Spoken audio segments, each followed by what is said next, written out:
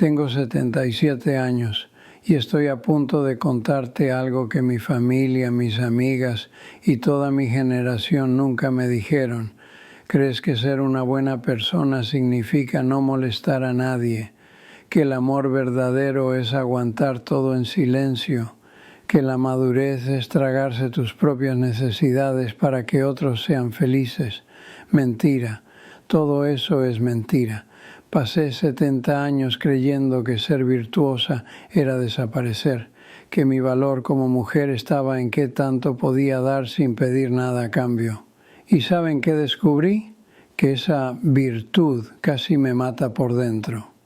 El mayor error de mi vida no fue fallarle a otros, fue nunca, ni una sola vez, haberme elegido a mí misma.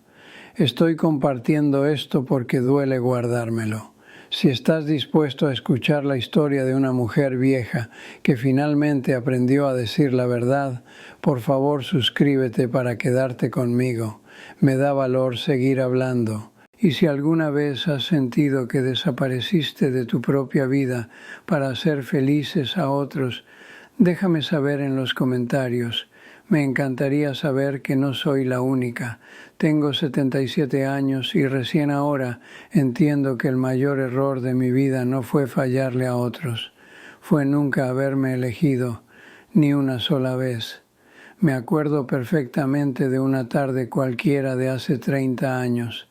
Estaba doblando ropa en mi cuarto, sin prisa, como hice por décadas y décadas, el olor a jabón neutro flotando en el aire, mezclándose con ese aroma a casa cerrada que conoces cuando has vivido en el mismo lugar por mucho tiempo, el sonido distante del televisor encendido solo para hacer compañía, voces de gente desconocida llenando el silencio. Mis manos se movían automáticas, doblando camisas de mi esposo, ordenando cajones que ya estaban ordenados, alineando todo en su lugar perfecto, y yo pensaba, mientras alisaba las arrugas de una blusa que casi nunca usaba.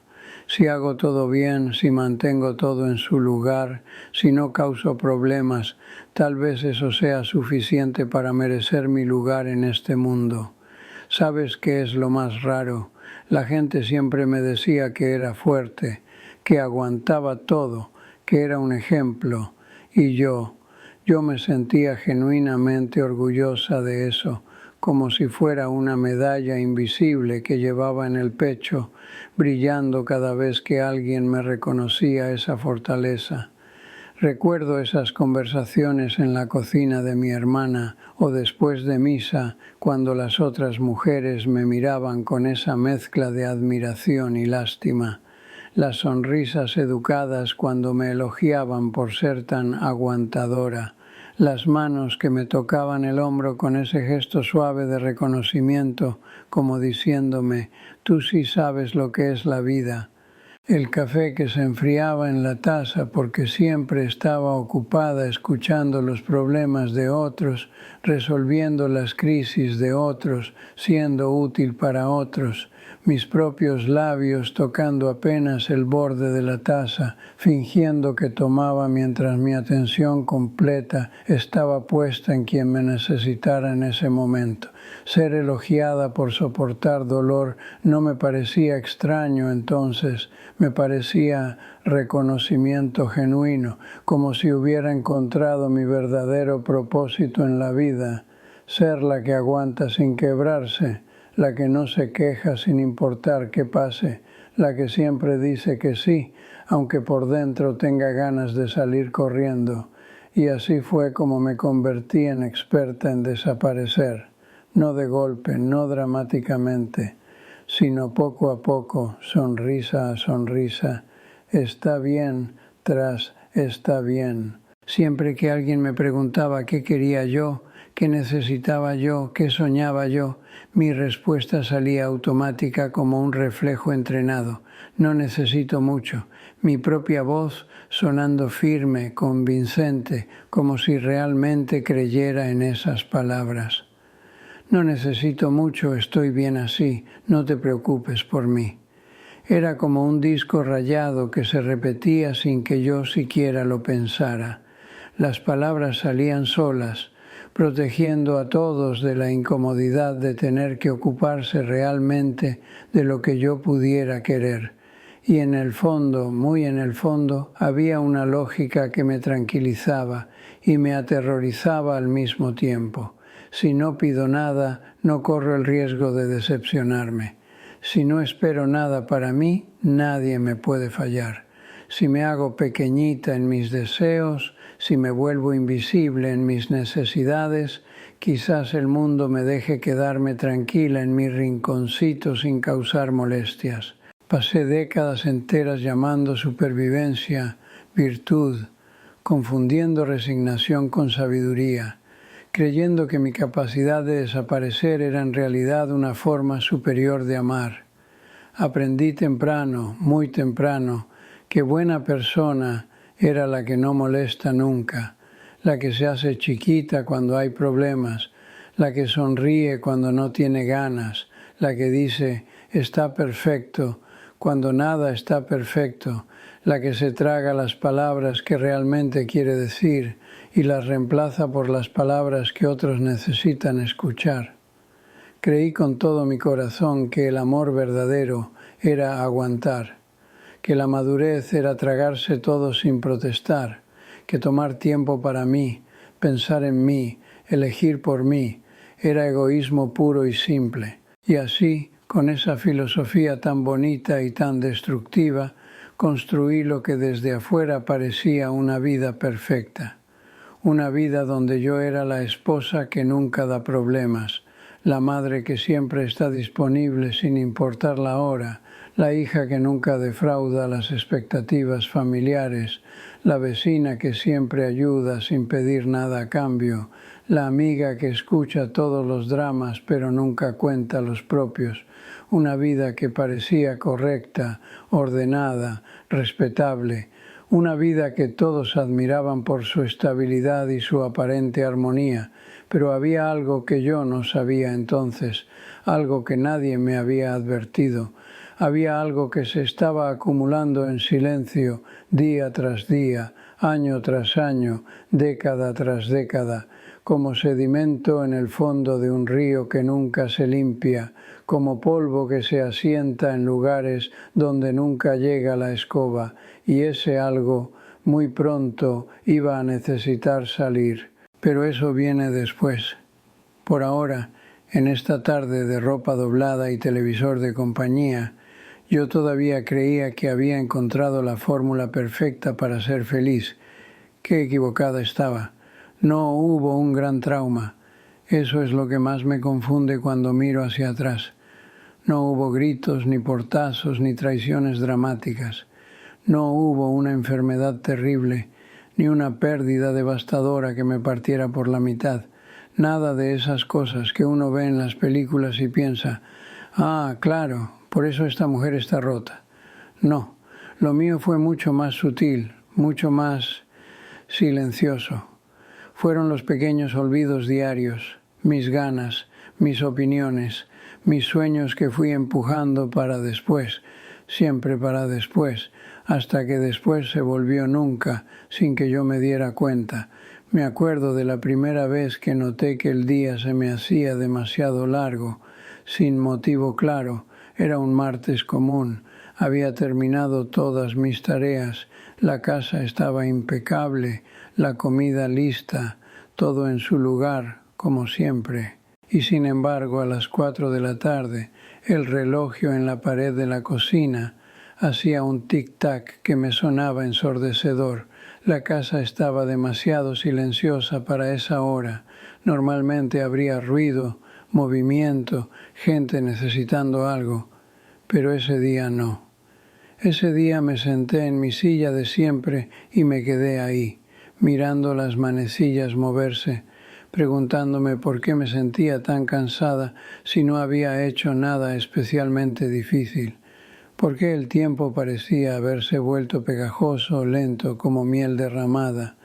No era el cuerpo el que estaba cansado, era algo más profundo, algo que no tenía nombre pero que pesaba como una piedra en el centro del pecho.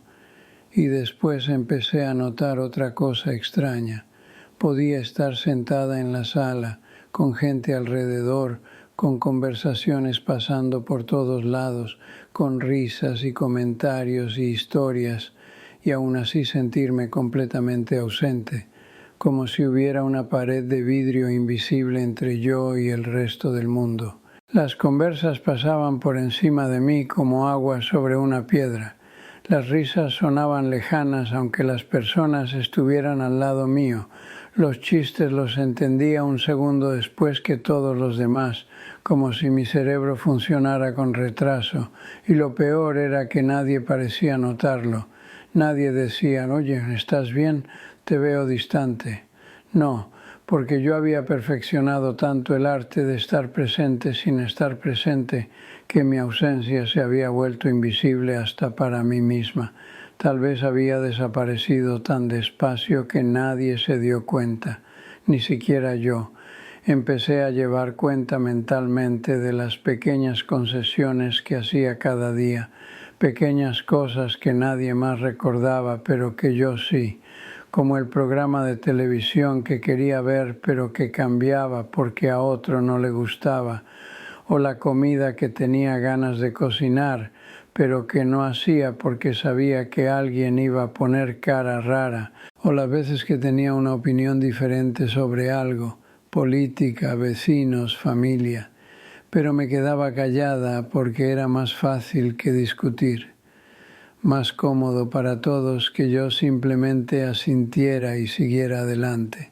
La poltrona de la sala se fue hundiendo por el uso, siempre en el mismo lugar, siempre esperando. Yo me sentaba ahí cada tarde, religiosamente, no porque me gustara especialmente ese lugar, sino porque era el lugar que me tocaba, el lugar desde donde podía ver a todos sin molestar a nadie. Y poco a poco, sin darme cuenta, empecé a cobrar. No con palabras, porque jamás había aprendido a pedir nada, sino en silencio, con suspiros que nadie escuchaba, con miradas que nadie veía, con pequeños resentimientos que se iban acumulando como polvo debajo de la cama. Yo había dado tanto por tanto tiempo que ya no sabía cómo parar de dar, pero también había empezado a llevar una cuenta invisible de todo lo que daba, y esa cuenta crecía y crecía, y nadie la pagaba porque nadie sabía que existía. El silencio se había vuelto mi rutina, y la rutina se había vuelto mi identidad. ¿Quién era yo cuando no estaba sirviendo? ¿Quién era yo cuando no había nadie que necesitara algo de mí? ¿Quién era yo en los espacios vacíos entre las necesidades de otros? No lo sabía. Había pasado tanto tiempo siendo para otros que había olvidado completamente cómo ser para mí, y eso era lo que más miedo me daba. No el cansancio, no la sensación de invisibilidad, no el resentimiento silencioso que crecía como hierba mala. Lo que más miedo me daba era la pregunta que empezó a aparecer en mi cabeza, tímida al principio, pero cada vez más insistente. Si mañana nadie me necesitara para nada, ¿quién soy yo? Y junto con ese miedo, algo mucho más perturbador, una sensación extraña, casi prohibida, que tardé meses en reconocer. Alivio. Una parte muy pequeña de mí, una parte que me daba vergüenza reconocer, se sentía aliviada cuando pensaba en la posibilidad de no tener que ser para nadie más que para mí. Y esa sensación de alivio me llenaba de una culpa tan grande que casi no podía respirar, porque la gente buena no siente alivio cuando deja de servir, ¿verdad? Fue un jueves completamente común y corriente. Me acuerdo porque había lavado la ropa el miércoles, como siempre, y los jueves siempre planchaba. Era mi rutina desde hace, 30 años tal vez. Lavar miércoles, planchar jueves, como un reloj. Pero ese jueves terminé de planchar antes de lo usual. La casa estaba en silencio. No había nadie que necesitara nada.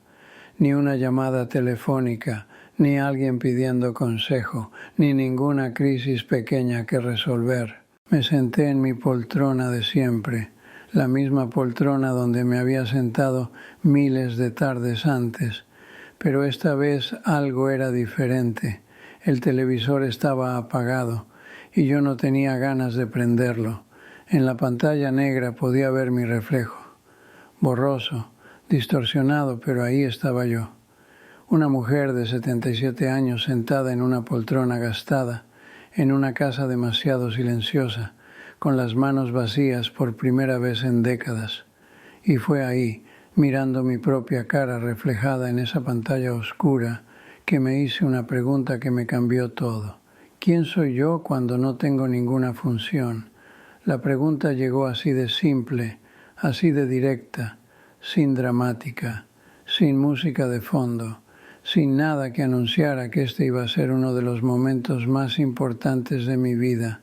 Si nadie me necesita hoy, yo todavía existo.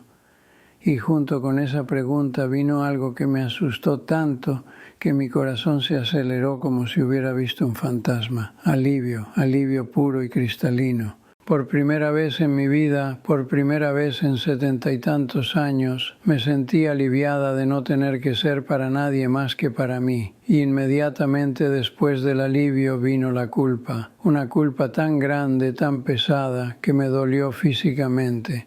El peso en el pecho, la respiración entrecortada, como si estuviera haciendo algo prohibido, algo terriblemente malo. ¿Cómo podía sentir alivio? ¿Cómo podía estar feliz de no servir a nadie? La gente buena no siente eso.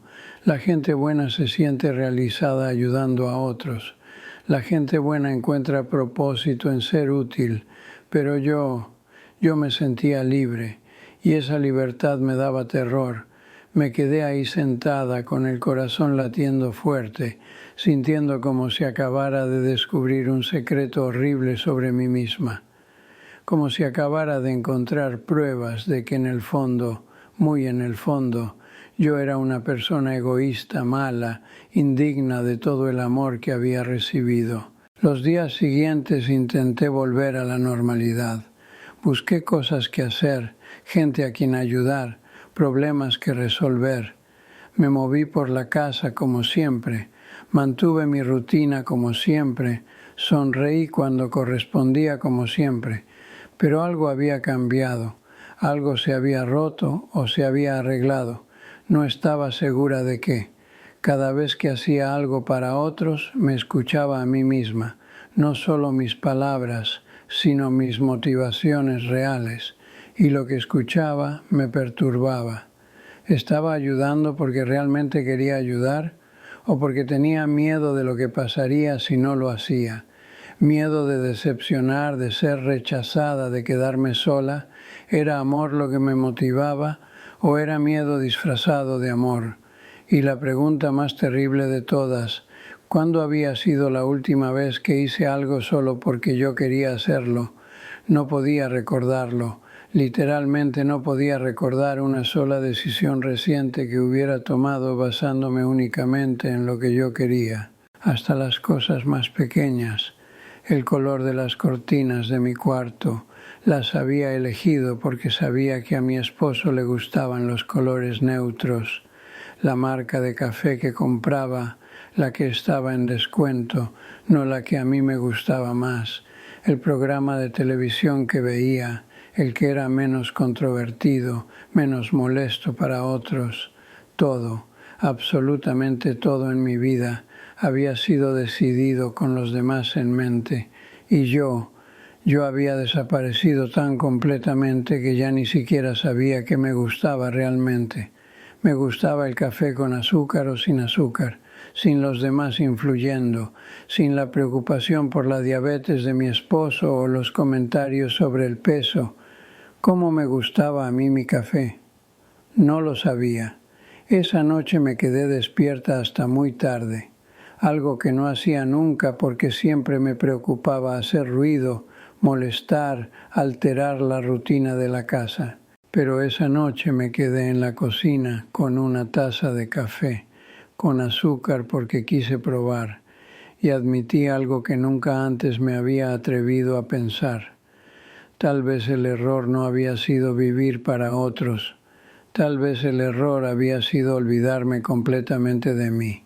No era que fuera malo cuidar de mi familia, ayudar a mis amigos, ser una buena persona. Eso estaba bien, eso era hermoso. Lo que estaba mal era que había borrado cada rastro de mí en el proceso. Y ahí, en esa cocina silenciosa con el sabor del azúcar en mi café como a mí me gustaba, tuve el pensamiento más honesto de toda mi vida. Nunca me había elegido, ni una sola vez. En 70 y tantos años de vida, nunca me había puesto a mí primera. Nunca había defendido lo que yo quería. Nunca había dicho, esto es importante para mí. Y lo más triste de todo, ya ni siquiera sabía qué era lo que quería. Pero por primera vez en décadas quería descubrirlo. Quería conocer a esa mujer que había enterrado tan profundo que ya ni recordaba su nombre. Quería saber quién era yo cuando no estaba siendo para nadie más. Y esa curiosidad nueva y aterradora sobre mí misma. Eso era lo más parecido a la esperanza que había sentido en años. No voy a mentir y decir que todo cambió de la noche a la mañana. No fue así. Los cambios reales, los que importan, nunca son dramáticos, son pequeños, casi imperceptibles. Como cuando una planta crece, no la ves cambiar día a día, pero un día te das cuenta de que ya no es la misma de antes. Lo primero que cambié fue el café. Algo tan tonto, ¿verdad? Pero empecé a tomarlo con azúcar. No porque fuera rebelde, sino porque me gustaba así. Y cada mañana, cuando revolvía esa cucharadita de azúcar en mi taza, me acordaba de que estaba eligiendo algo para mí. Era un recordatorio pequeñito. Esta eres tú. Esto te gusta a ti. Después vinieron otras cosas, también pequeñas. Cambié las cortinas de mi cuarto. Las cambié por unas que me gustaban a mí, con un color que me hacía sonreír cuando las veía. No le pregunté a nadie si le parecían bien. No busqué aprobación, simplemente las compré porque me gustaban. Empecé a ver programas de televisión que realmente me interesaban, documentales sobre lugares que siempre había querido conocer, películas viejas que me recordaban a cuando era joven. No me importó si a otros les parecían aburridos. ¿Y saben qué descubrí? Que tenía opiniones reales sobre cosas, no solo las opiniones que sabía que eran seguras o populares, sino ideas genuinas, formadas por mi propia experiencia, mi propia forma de ver el mundo. Había estado tanto tiempo de acuerdo con todos que había olvidado que podía estar en desacuerdo, y que estar en desacuerdo no me convertía en una mala persona. Una tarde, mi hermana vino de visita y me preguntó por qué había cambiado las cortinas. Porque me gustaban estas, le dije. Ella esperó más explicación, una justificación, una disculpa tal vez, pero yo no dije nada más. Y después de un momento incómodo, ella siguió hablando de otra cosa, y yo me di cuenta de algo increíble. No había pasado nada terrible. El mundo no se había acabado porque yo había hecho algo solo porque me gustaba. Mi hermana no había dejado de quererme. La vida había continuado normal, pero yo me sentía diferente. Me sentía un poquito más real. Poco a poco empecé a notar que ya no me disculpaba tanto. Antes yo pedía perdón por todo, por ocupar espacio, por tener necesidades, por existir básicamente. Perdón, puedo pasar, perdón por molestarte, perdón, pero ahora cuando necesitaba algo simplemente lo pedía. Sin drama, sin disculpas excesivas, sin sentirme culpable por tener necesidades como cualquier ser humano normal. Y la gente se adaptó.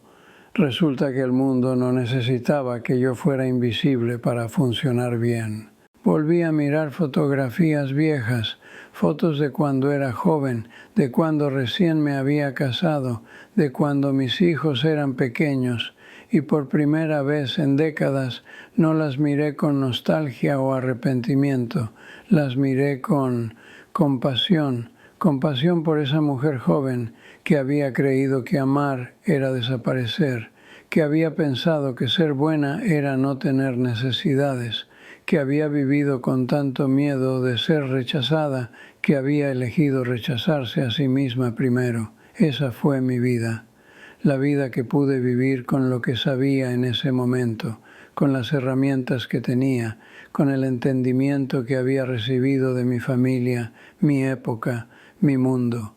No la juzgo, no me juzgo, simplemente fue lo que fue. Y ahora, a los 77 años, es lo que es.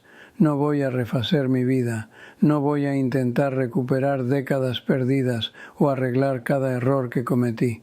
No voy a convertirme en una mujer completamente diferente de la noche a la mañana, pero también ya no me voy a pedir disculpas por existir. No me voy a castigar más por todas las veces que no me defendí, por todas las veces que dije sí cuando quería decir no, por todas las veces que me hice pequeñita para que otros se sintieran grandes.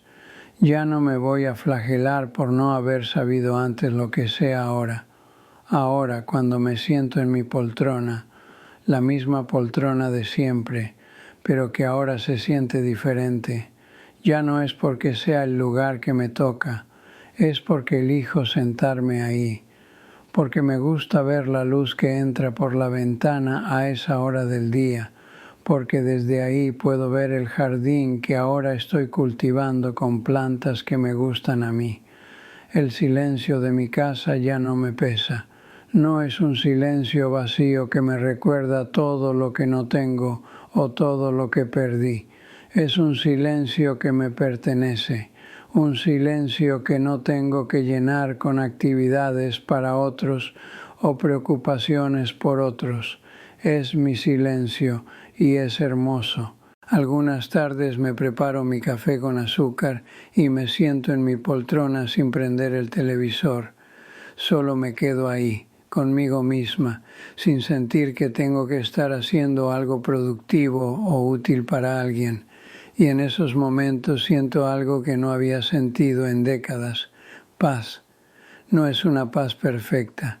No es la paz de alguien que resolvió todos sus problemas o que no tiene arrepentimientos. Es la paz de alguien que finalmente paró de pelear contra sí misma. La paz de alguien que aprendió, aunque sea tarde, que ella también merece estar en su propia lista de prioridades. Tengo 77 años, no arreglé todo. Probablemente no voy a arreglar todo lo que quedó pendiente. Pero por primera vez en toda mi vida, por primera vez estoy conmigo y resulta que no soy tan mala compañía después de todo.